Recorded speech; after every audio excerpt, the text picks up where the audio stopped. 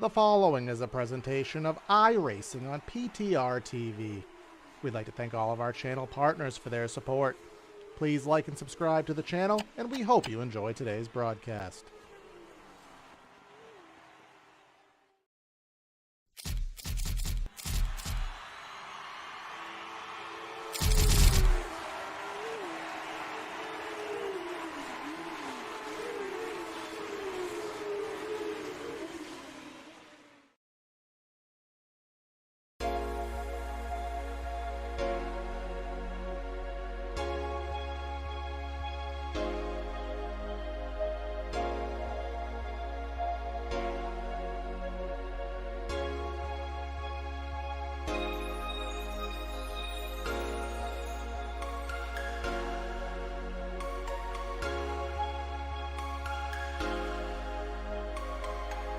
There aren't many things in the small town of Alton, Virginia. There's no listed population and it's an ungoverned town. But what it does consist of is the Virginia International Raceway. As an FIA Grade 2 circuit, VIR contains 17 turns in its 3.2 mile layout, and some have even deemed it the Nordschleife of the US. Tonight, the Red Sox Racing League takes their turn at the twists and turns of the grassy knoll for 35 minutes of action amongst their Spring 2023 series. Welcome everybody to another Thursday night here on PTR TV, where we do present to you our Thursday special round 2 of 6 for the Red Sox Racing League. As usual, be myself, Corey Silva, in the booth and kind of doing the one-man show, giving you the calls and giving you the technicals here on the evening. So, of course, as usual, we are in our qualifying session. Our GTP class has already run their lap times. Rather, I always say it wrong every single week. The GTPs are on track. The GT3s have already run their qualifying laps here on the evening. So we'll see what they are made of and what they can pull off here on the evening. And we do have a couple things to go over, of course, since last week's race at Sebring. We do have some things that we can go over. I do have the point standings as a visual aid. See, Troy Sharon is going to be our points leader in GTP. Of course, he made the switch last season, and don't actually see him here today. So we'll see if he's using his drop week. But Mark Wilson, Dwayne McCarthy, Marin Pietri, and Heller all racking up the end of the top 5 in class. Of course, Heller had his incident last week, looking to redeem himself. Ross Booth, another one who made the switch along with Ryan Robertson, going from the fast class to the slow class, to say it generically, with Shane Hunter. Ryan and Rundle, both ties. We have 2 ties for the 4th spot, interestingly enough, in each class. Kind of a little quinky-dink there of sorts. Oh, go away, points. We just talked to you. So on track right now, looks like we have 6 GTPs on the evening. We have Heller, who just took the provisional pole from Breyfogle, who I don't recall him running Sebring last week, but we have Les Turner, Todd Marin Pietri, Dwayne McCarthy, and Mark Wilson. And then we do have a 14-car lineup in GTD, which will consist of Ross Booth being on the provisional pole with Tommy Ryan on the outside there. So pull up the ticker here on the left so you can get a scope of what the qualifying times are at the current moment. You can see only driver into the 32s is Heller by 2/10 over Breyfogle. Not even 2/10, but a 1/10.5. So very, very tight times there. Turner, who was fastest in practice, not too far back there in 3rd. So relatively tight times per the GTP standard that we've seen, everybody within a second. And then Ross Booth up by a half second. Now, the GTD times were a lot closer in warm-up, but Booth obviously figured something out here when it mattered for qualifying. So we'll see how it does shake out over there. Let's bring up our weather conditions here today from Alton, Virginia, excuse me. I mean, think VIR, I get the state right there. 77 in the air, 86 degree track temp, 56% humidity, negligible wind. So nothing that these guys will be overly contending with, as we are again at the Virginia International Raceway, which is not in Georgia. One thing about this track, of course, as most people would know at this point on the iRacing service, that this track is a rescanned version released for the 2022 season. Biggest omissions here is the famous oak tree that did end up falling naturally in about 2014, I want to say, and luckily we were able to digitally preserve it for a long time, but no longer have it, and it would be coming right up here on circuit as we come up through the S's.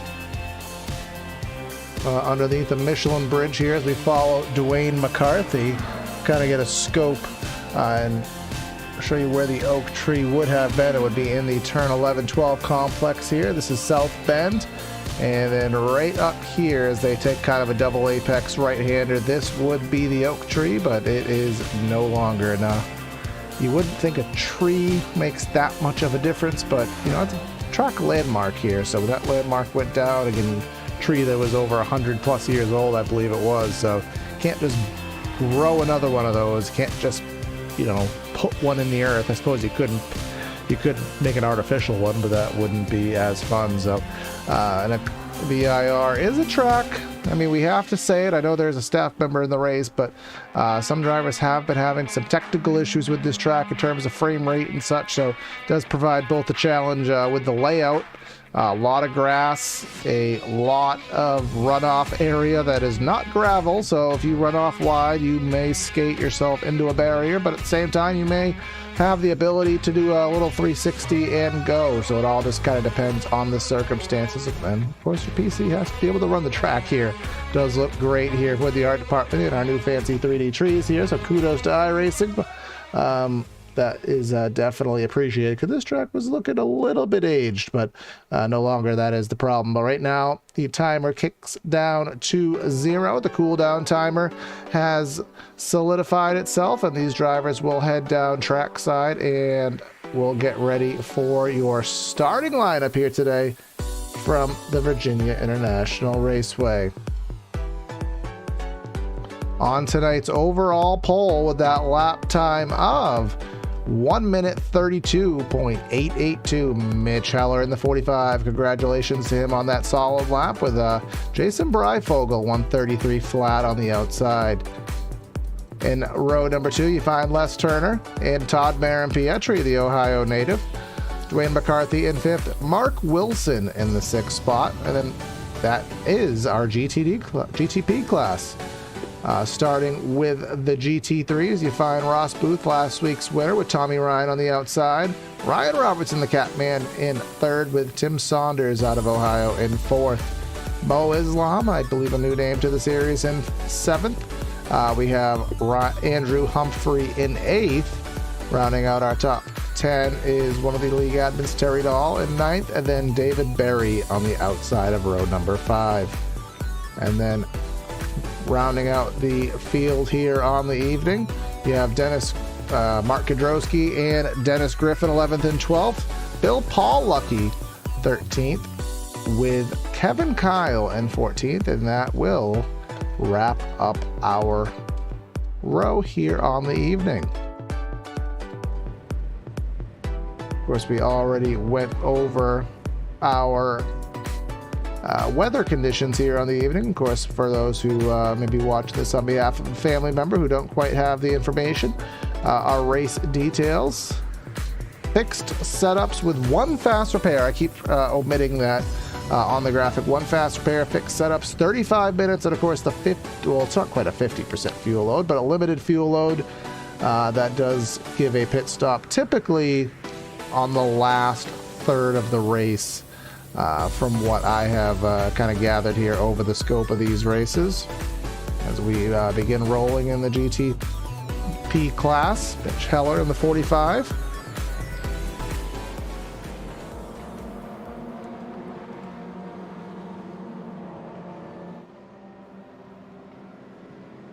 keys to the race here, as I kind of alluded to in my opening monologue. This is kind of deemed the Nürburgring of the U.S. You very seldom find a track that has this much grass, this many curves, and just kind of naturally flowing. Of course, you'll never find a Nürburgring here on the USA. This is just not a track that really fits the bill, but I think this is probably the closest you'll get. Stay on track again with the lack of paved runoff, as you'll see on many different calendar races that we do have. There's not a lot of paved runoff, so if you do go and extend the track limits, you may, get that left rear tires biting in the grass and spinning you around. And patience versus aggression, because you have to stay aggressive and gain spots and close in on the drivers and try to make passes, but at the same time, as you make that aggressive behavior, makes more of a probability of making a mistake. So all of which has to be managed here appropriately. Of course, we have our approximately 15-second or so stagger in between classes. You'll see here our GTP is coming right up through the top of the hill here, I do believe. South Bend. Yep, South Bend. That little left-hand flick sets you up for 11 and 12. Which again sets, 11 and 12 being the Rip Oak Tree corners.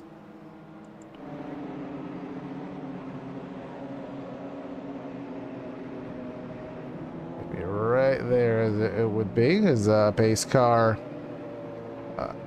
comes on to the back straight here. That is one of the alternate pit roads here at VIRs. I think there's about 4 or 5 different track layouts available here at VIR. So one of the layouts, I believe the north configuration, does use that as a pit, but we are going to be bypassing that pit and bypassing this little chicane up here, and we will be going straight through into the roller coaster section, kind of akin to almost a Laguna Seca of sorts, as you can see the GT3s on the top end of the shot there. Roller coaster, you're going to go dip right down. And then, but that's not it. You're going to go up here and 14 and 14A. You are basically going to have a Laguna Seca corkscrew here, just a little bit less sharp of a corner, but it's going to kind of have similar characteristics to it. You're going to make that downhill. All of this is steeply downhill. And then that sets you up for Hog Pen, which is kind of just a little couple set of quick corners and a long right-hander onto the front straightaway, which isn't necessarily straight here at the Virginia International Raceway. But it is a Thursday night on PTR TV, and we are awaiting these drivers to get the green flag waved by none other than Barney the Flagman. Entering the start zone is Mitch Heller. And let's get a night of racing underway. The green is in hand. It is finally being waved, and we are out and at it here to race in Virginia. Hard drive on the outside from Breyfogle. Thought he was going to take an attempt to make the pass on Heller, but instead he opens up the door for Les Turner as they head into the into NASCAR Bend here in left hook, which is turns 3 and 4. Sets herself up for the run down the backstretch. Oh, who's that going around? That's Dwayne McCarthy going around. Again, no harm, no foul there, but now we have our GT3s, our larger class size, if I can get that out. They are going to start their race here. Ross Booth in the red car with Tommy Ryan in the blue and yellow car. To the inside of that, Ryan Robertson, last season's champion in GTP. He's going to try to hold on for that second spot. Will do so successfully. A little bit of runoff there that you have available to you as they come through NASCAR Bend, left hook, and then set themselves up for the snake bends onto the back straightaway here, which again, not very straight here through the snake curves and down that back straightaway of sorts. Well, that is the wrong camera, unfortunately.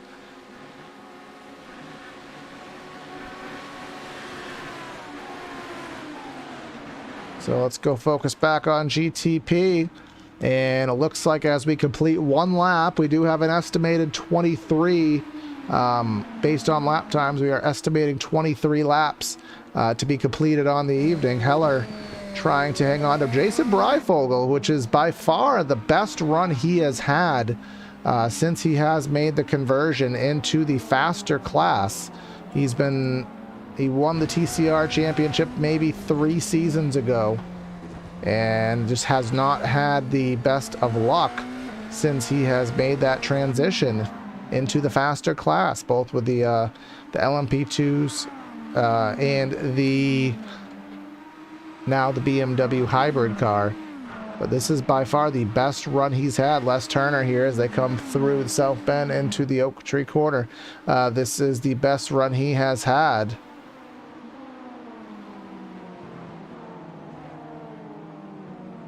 Hanging on by about 3/4 of a second there. Les Turner back there, Todd Marin Pietri. Remember, he had a really good run at Magny-Cours. Held the lead for quite some time there until he went off track. And then just ultimately that just started the downfall of his race. You can see Dwayne McCarthy back there had that slow spin that we caught. But unfortunately for him, nothing to facilitate catching him back up. He has no damage, but no track position, so he's going to need the help of some kind of attrition if he's going to improve his efforts here on the evening.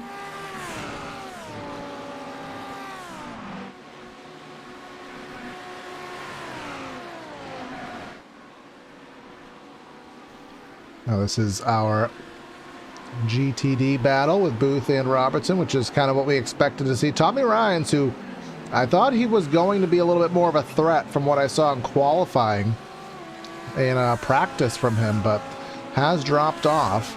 But one thing I do want to bring up is by far, of every race we have covered on the channel, by far today has the biggest differential of lap times between classes. It's absolutely absurd, to be honest with you. Bring up the graphic here for Mitch Heller, 133, and then Ross Booth, a 228. Now now I just want to make sure that they've actually completed a lap, because that is I mean, I don't think we've seen them we're on the pit straight right now, so let's wait for that to update. Okay, that is a little bit better. It just took them that much longer to finish a lap, so it's still about 14 seconds, so it is a long period of time, but not definitely what it was before. So that is, I actually just realized why, because they took the green flag. It's just the way the green flag sequence works. So that is me creating false drama that ultimately corrected itself, so don't mind me over there. Just kind of going through here and scoping things out. We got Tim Saunders in the Ferrari, the Ferrari Pennzoil Ferrari there. Shane Hunter, he's had some good runs and some winning efforts that just didn't come to full fruition, but solidly in the top 5 right now. Lunsford, Terry Dahl, slightly different livery here on the evening. And we have Humphrey, Berry, Kedrowski, Griffin, Paul Lucky, and Kyle rounding out the field. Ryan Robertson still staying within about 5/10 of a second or so of Booth, so he's not showing the ultimate pace, but he has not dropped off, and there is enough straightaway here between the back straightaway and the front straightaway here at VIR that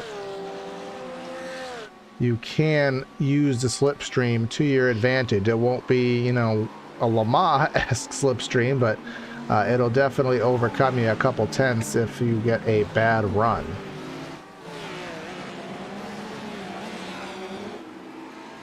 Ryan and Saunders currently the best battle on track, about 0.3 of a second. Up front in our BMWs, Heller hanging on by roughly 3/4 of a second or so on Breifogel. It kind of goes between 3/4 of a second to a second. I do think he does have the outright pace, but this is going to get interesting here. Our first class interaction of the event, and VIR definitely one of those tracks, and this is what caught out Heller last week at Sebring, catching traffic and the traffic throwing him off. Had that issue with Zach Kruger, I believe it was.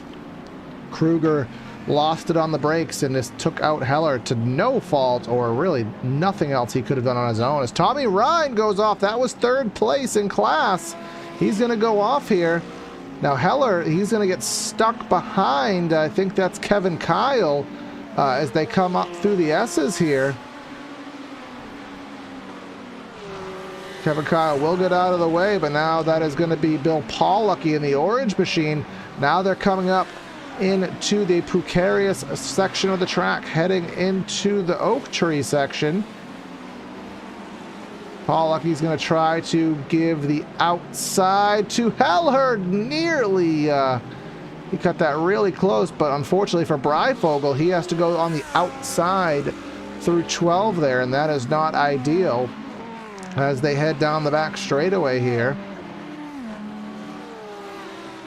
Breyfogle tried taking advantage of the situation, because a lot of times traffic will work to your advantage, but sometimes the karma will make sure that it doesn't go entirely one-sided here. So he kind of got right to the back bumper once, and that's Mark Kidrowski in the white car, the Red Sox Racing League car, or it might just be a Red Sox team car of sorts.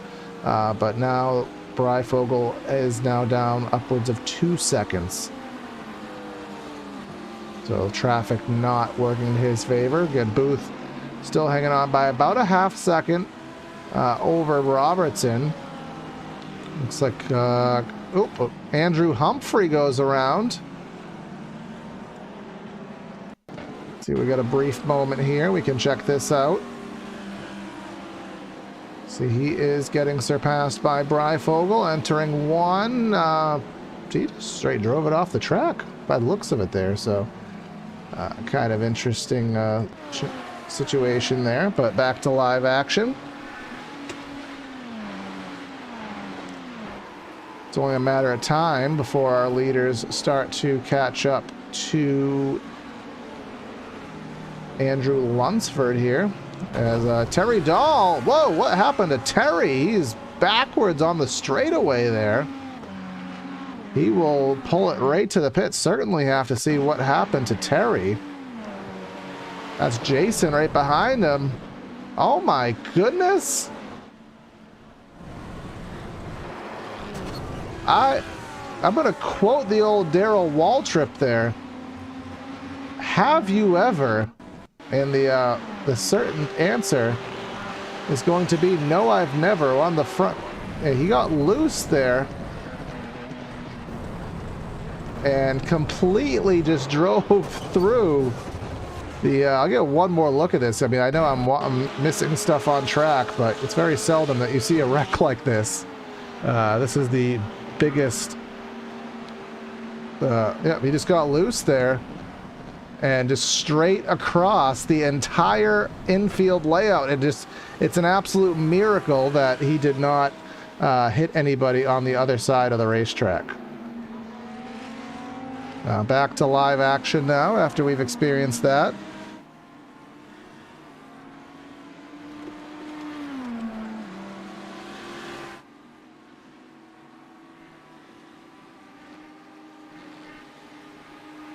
Battle has ceased now. Now we're upwards of 4.5 seconds in GTP. So back to check out the GTD class. Booth up by about 0.7 of a second. Now they are finally getting encompassed by Jason Breyfogle, who seems to be the person who causes you to get into an incident. So luckily gets by this time. Breyfogle gets by, allows that battle to go through just clear. Looks like there may be a battle shaping up. Shane Hunter and Andrew Lunsford. That's the 4th and 5th in class.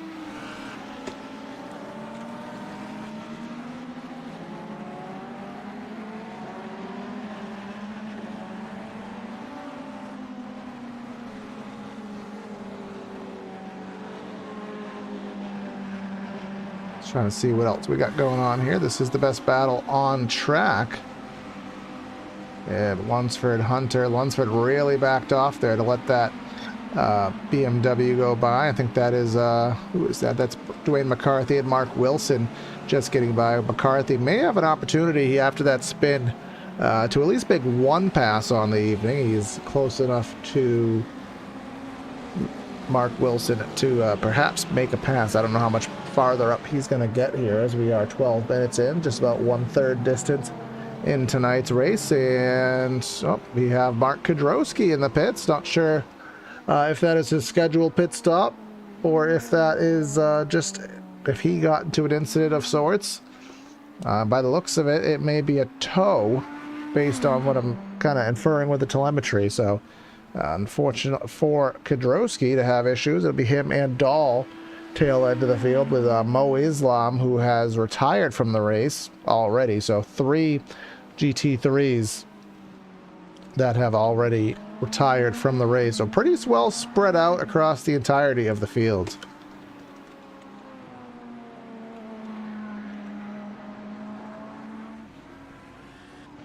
This gives us another opportunity to quickly go over, I'll turn the ticker off just to make space for it, the Spring 2023 campaign. Of course, we are on race number 2 right now. Our schedule here on the evening, of course, VIR, we head to Barcelona in next week's time. Silverstone, Long Beach, and Twin Ring Motegi ends it up on 420. LOL there. But that'll be our spring campaign. Then we will be taking a presumed 1 or 2 week break and then starting what I, again, presume to be the summer season. But of course, I am kind of counting the chickens a little early there. Dwayne McCarthy heading into the pits. We'll see if this is his scheduled stop.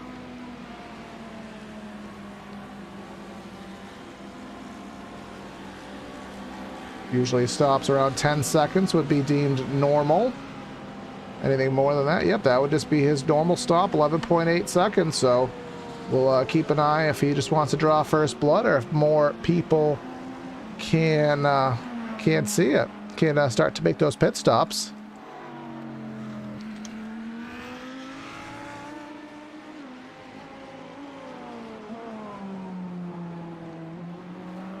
See what encompasses the next season of Red Sox Racing League. Because remember, we did see, if you were watching this live and you were seeing the iRacing social media, their next tease of rain coming on social media. Of course, they were releasing a screenshot of the UI and how that will be configurable to show variable weather conditions.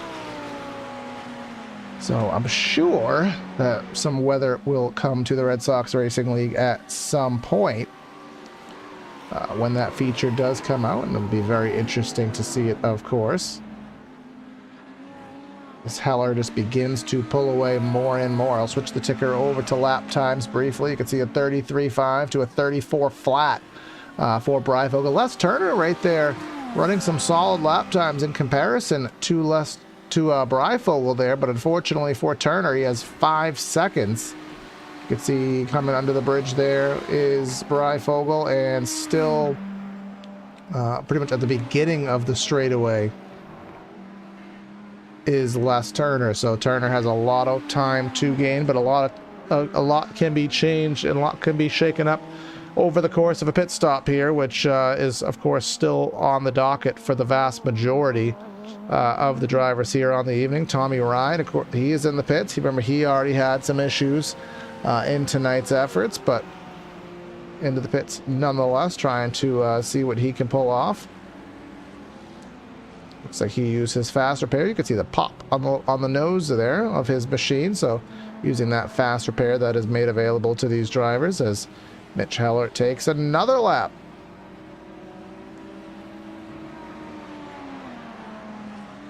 Mitch Heller doing his best to kind of right the curse that a lot of times happens with him, where he gets either last week, getting caught in something that you just cannot avoid in any capacity, or a situation that you kind of create your own drama. You create your own incidents by putting yourself in a bad spot or making a mistake. Heller's had a lot of races won, and he'd have a lot more if some less mistakes were made. So a race like this, I'm not going to go and say that this race is in the bag, as the battle for the lead in GT3 is shaping up here. I'm not going to say this race is in the bag for Heller. It's 6.7 seconds is not insurmountable. It's one mistake and you're right back in it. But he's at that point where I talked about last week with Troy Sheridan, that you're at that point. Just don't throw the race away, and it's yours. They're probably not going to catch you on speed. You're only going to catch you if you give it away. And speaking of giving it away, Ross Booth gave away a lead of roughly a second, or Ryan Robertson learned the track a little bit more. I know every time I talk to Ryan Robertson, he says, I don't know this track very well. I don't know this track very well. And then magically on race day, he finds himself in position to win the race. So he's a quick learner of sorts, or he's just underestimating or kind of hustle at how much he actually puts into these races. But so far doing a good job hanging with Booth here, coming up the hill.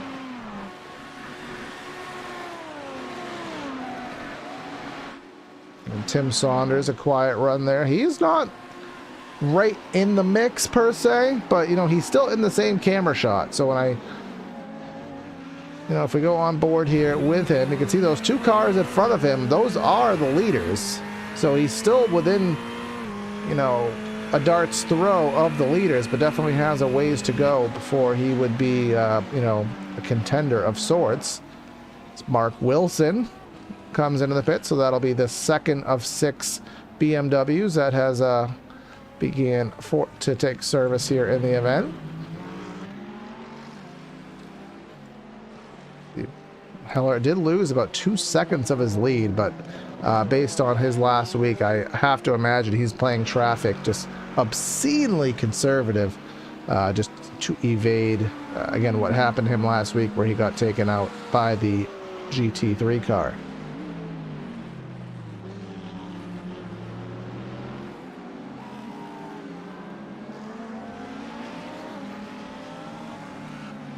That's Dwayne McCarthy that has now separated our GT3 leaders here.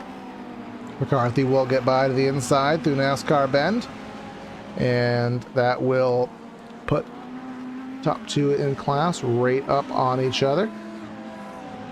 Andrew Humphrey into the pits. We do have Bill Paul Lucky in the pits. He's coming out of the 8th spot in class, so GT3's pitting here earlier than usual. 15 minutes in. Usually pit stops have been coming, I'd say, between 8 minutes and 12 minutes for the most part. So, of course, the fuel window is well open. Just a little bit more unusual to see these drivers come this early. So just kind of an interesting point there as they head down the back straightaway. This is where Ryan Robertson's going to try to use whatever slipstream he is able to muster here. 5th gear. Let's see what he tops out at. Kicking it up in the grass there. And into roller coaster.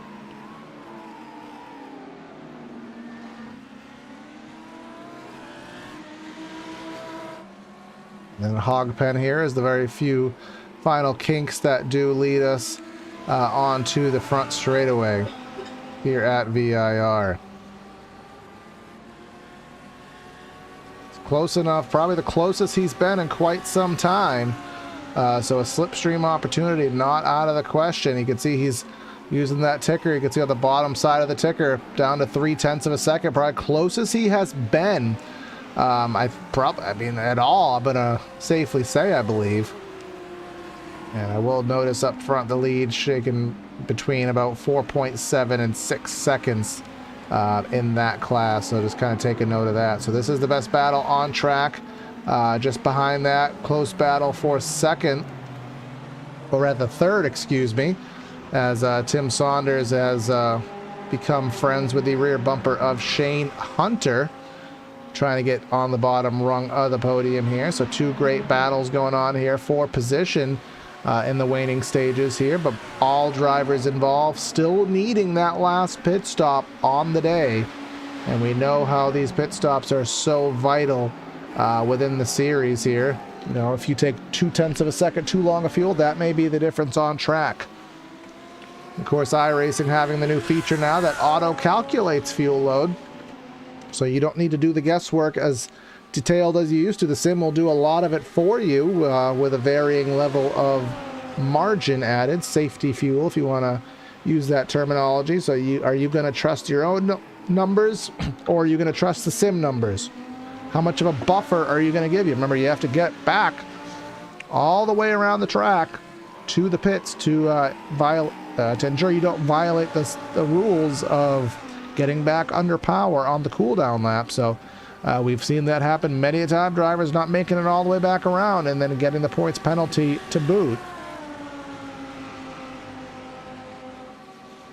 And here he comes, Ryan Robertson. He's going to take a stab at it into turn number 1. First time all day that we've seen Ross Booth under fire, but he really drove it deep into the corner here, into the NASCAR bend. They're going to go side by side for that lead. Still trying to use that outside is Robertson, but a lot of left-handers in a row. Slight contact there, but a lot of left-handers in a row really worked into Booth's benefit here, as we do have pit stops in GTP. Both Breyfogle and Heller and Turner and Marin Pietri, so the whole kit and caboodle on track at the same time here.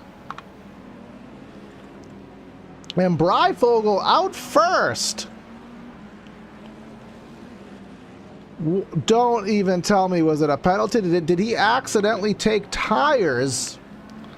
I think that's what it was. Rather than taking the fuel only, I'm pretty sure Heller took tires. And now he's going to be 8.5 seconds behind Breyfogle. So 8.5 seconds we're estimating with the telemetry that we have, and the estimation service that the sim does, that my software does, about 8 more laps.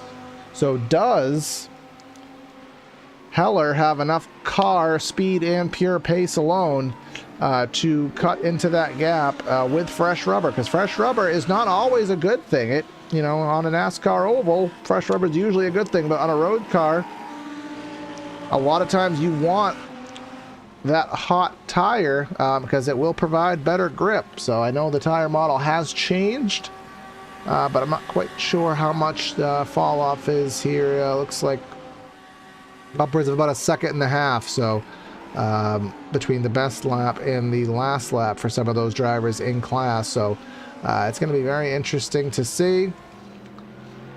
But thus far, at least on one lap out, only lost about 3/4 seconds. Oh no! Oh no! 2 weeks in a row that the leader gets caught up in another person's incident. What a terrible break for Breyfogle there. Absolutely nothing he could have done there. Let's go on screen here.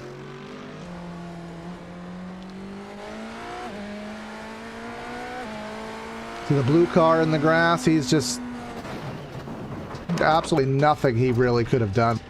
We'll get one more look at it in just a second. Maybe from a top-down perspective.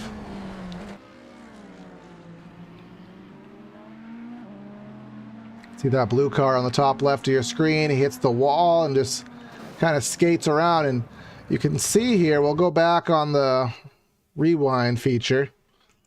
I mean, just look at right here. There is no point on this track.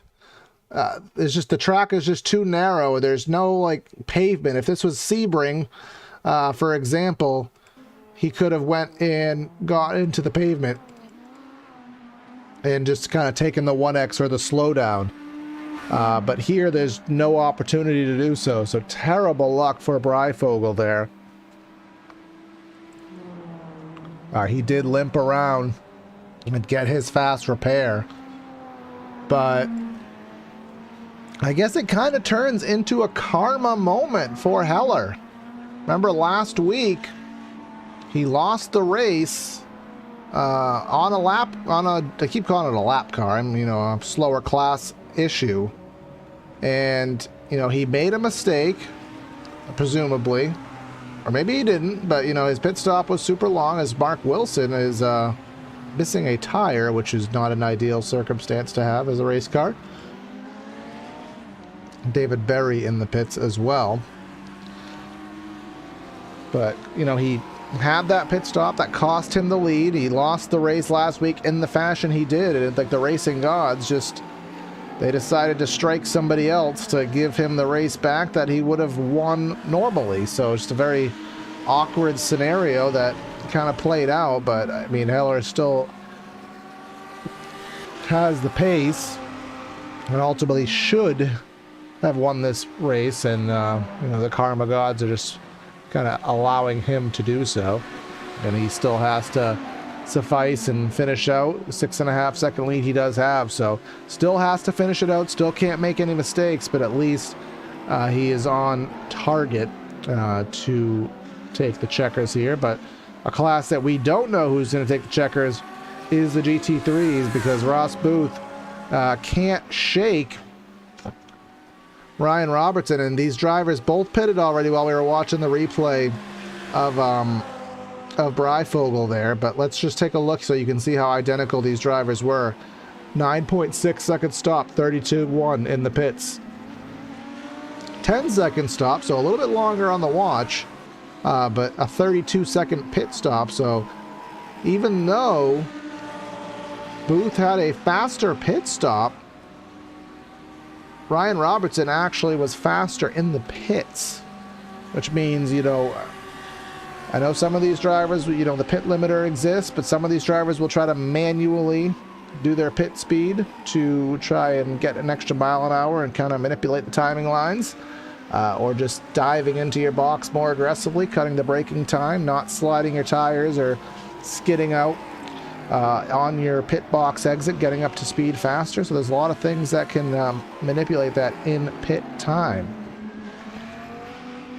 And it basically worked out dead even between the two of them, so that they were dead even on entry. They're dead even now. You can see clipping the grass there was Robertson. Now, it's I'm really hard pressed to say if he has the speed as Dwayne McCarthy goes off one more time. Second time today he has had issue. Let's take a look at what happened to him. That is Tim Saunders just in front. I think he may have just got caught off guard by the slower car there, and just maybe overreacted a little bit. That just kind of seems it would make sense in the moment.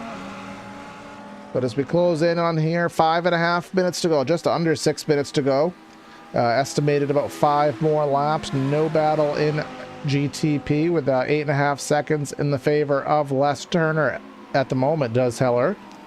Baron Pietri in third, McCarthy fourth, Breyfogle with the fresh car but back to fifth, and then Mark Wilson, he is back on track, however in the 6th position.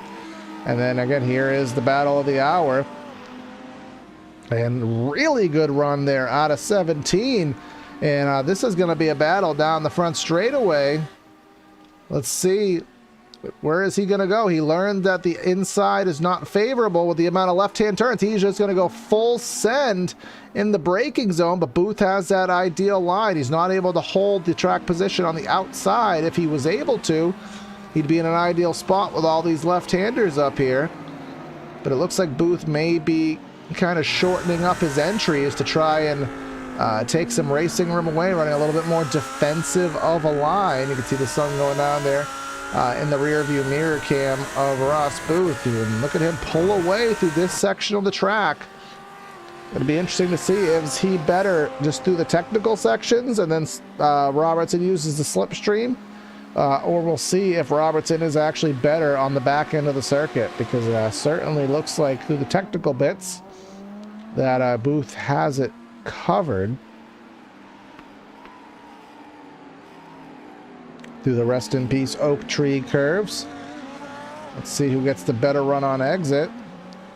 Looks like it was about even that time by, but the benefit of the slipstream does go to Robertson. But as far back as he is now, it's not going to have the same level of effect as it did prior, as getting surpassed there by a BMW driver. Let's see how the BMW reacts here heading into roller coaster. He's going to have to show patience here, of course, knowing that it's class leaders.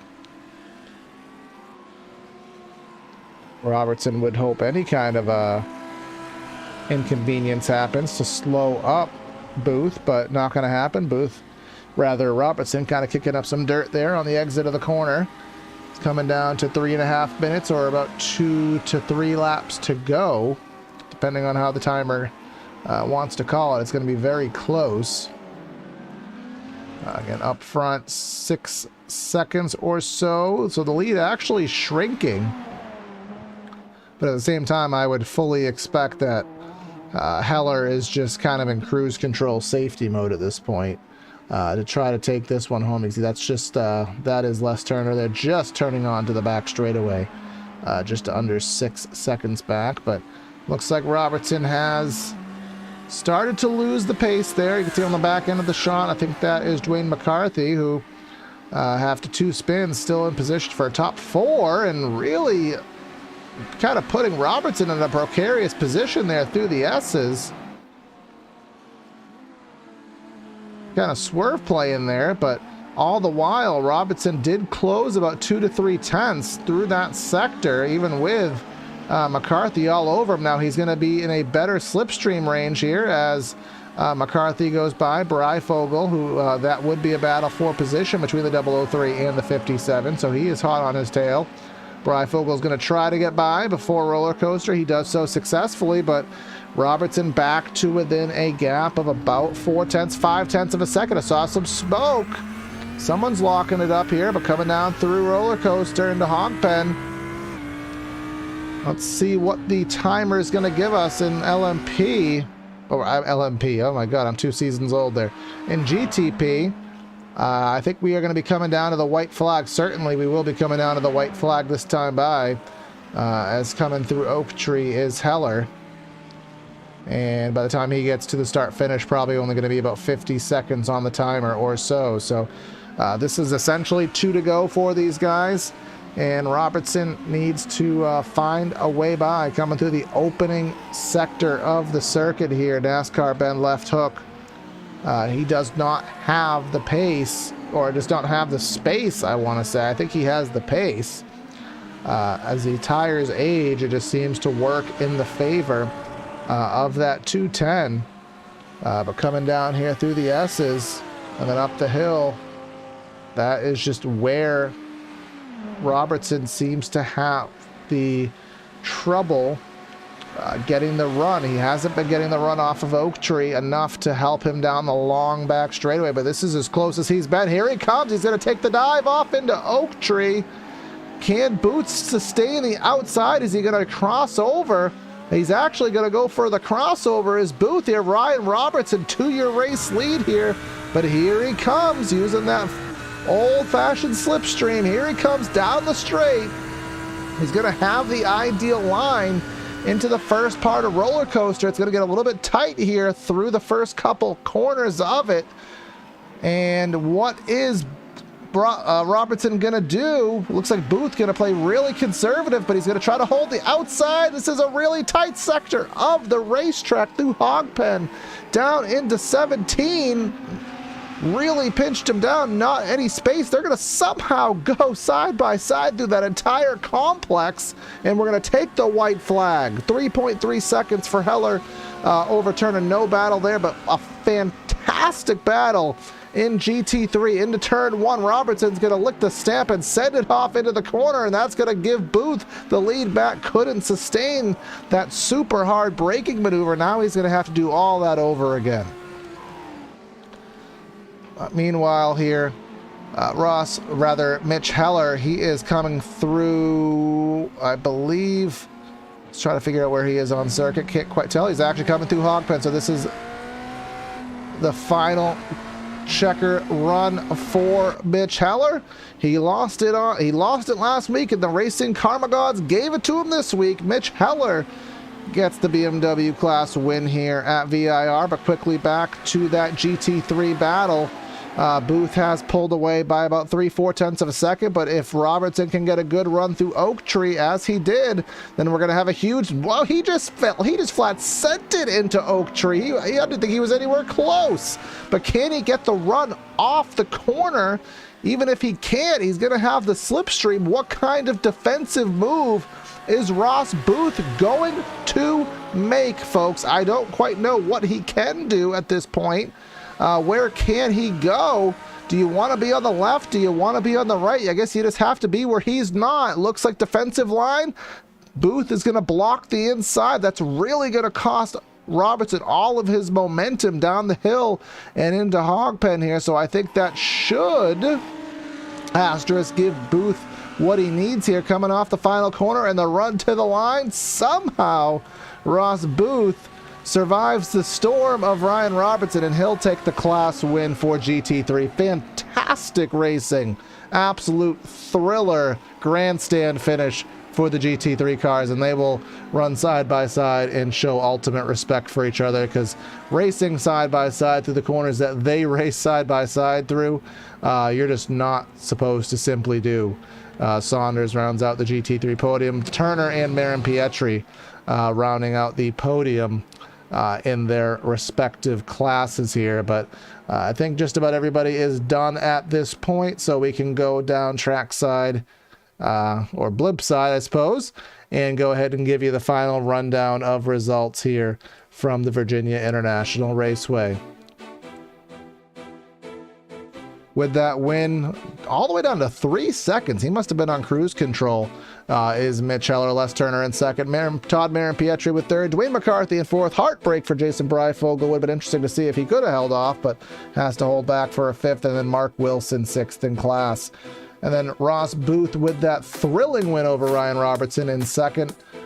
Tim Saunders in third. Good solid run for him. Andrew Lunsford fourth in class. Then we'll round out our GT3 finishing order. David Berry, a quiet run in 15th. Mark Kadrowski in 6th. I think I said 15th. In 5th, with a 6 for Kadrowski. 7th for Bill Pollocky. Terry Dahl with that very crazy incident is 8th. Shane Hunter 9th. Kevin Kyle 10th. And then Dennis Griffin in 11th. And then rounding out our 13 cars within GT3, Tommy Ryan and Andrew Humphrey.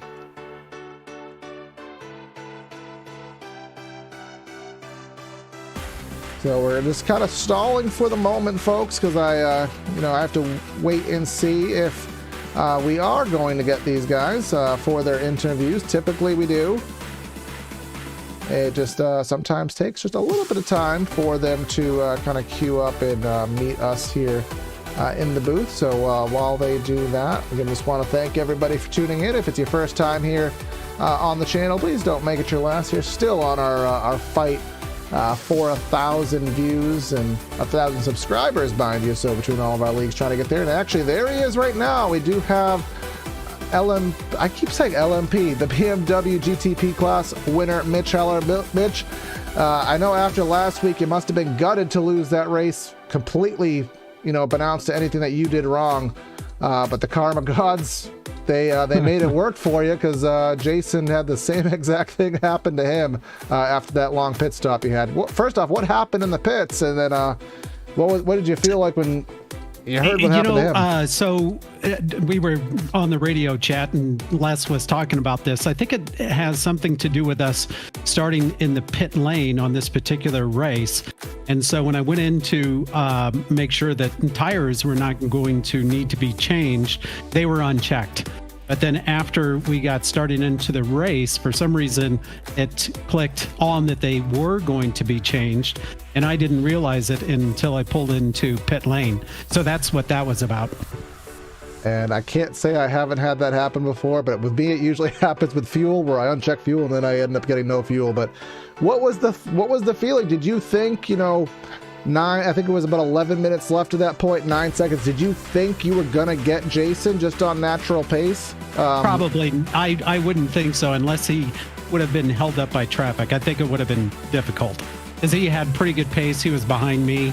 I think our qualifying times were pretty quick, and I think he probably got held up by traffic. I got a little bit of distance in front of me, but when I needed those tires, I think that set me back, just like you said, 8 or 9 seconds. So I didn't think I was going to catch up. And I think it was right before starting over the lap again, all of a sudden I noticed he was off, perhaps with David Berry. And I thought bummer for him, but good for me, of course. Yeah, the racing gods found a way to make last week right for you. So take it as it is, friend. As who do you want to give a shout out to, if anybody? Last, Terry and all the guys that show up for this racing. It was very fun this evening. Yourself as well. Thank you. Thanks, man. We'll talk to you. Yep. Have a good night. Well, first off, Ross, you are not muted this week as it was last week, so people could hear you today. But what a race that you had with Ryan there, and it was kind of hard, it looked like, to decide what part of the track do you want to be in. I know you guys ran side by side down roller coaster and Hogpen. That must have been a thriller, but what was it like, and how were you deciding what kind of moves to make to defend him there? Well, I race Ryan a lot, so I know the tricks up his sleeve. He was a lot better than me in Oak Tree, and it showed, especially on the last lap or second last lap. He sent it in on me there, and I wasn't expecting it. But yeah, it was a lot of fun. You can race side by side because you got a lot of trust in your competitors, and I certainly do with Ryan. So shout out to him. Yeah, I mean, I think I said the same thing. I saw him like 2-3 tenths back heading into Oak Tree, and I'm like, what in the world? How did he get the position? But then he got the position on you, and I know it was kind of a draft fest down the back straightaway. I mean, did you have a preference on what side you wanted to be headed down into roller coaster there? Because it really kind of seemed like it was kind of flip of a coin whether you wanted to be inside or outside. Yeah, I wasn't really thinking about it that way. Definitely want to be on the inside, just from a marbles point of view. You don't want to be braking on the marbles. But it's such a toss-up. These cars are on edge a lot of the time in the brake zone, so if you miss your brakes at all into the brake zone, you know the other guys got you anyway. So Ryan raced me clean, and that was a lot of fun. All right, and one more question for you. I think I talked about this with Ryan last season. You're 2 for 2 this season in class, so you think you can go for the turkey next week at Barcelona? Not very good at Barcelona, but we'll see what we can do. This Audi is a handful at times, so we're having fun driving it. All right, well, that makes it more fun, man. Any shout-outs? Yeah, just shout out to Les and Terry. Great season of tracks they got lined up for everyone here at Red Sox Racing League. So if you're interested and want to come race, come on out. It's a lot of fun. Yeah, hell yeah, brother. Well, congrats again, and I'm sure we'll talk to you next week, if not sooner. Thank you. All right, and that is our show here on the evening. Want to give a shout out to all the drivers here for a thrilling race here at VIR. Absolute grandstand finish there in the GT3 class. Full marks to those drivers. But just want to thank everyone for tuning in here to PTR TV. Make sure you like and subscribe if you have not done so. That is going to be Corey signing out of the booth here. Have a great night, and we'll catch you next time.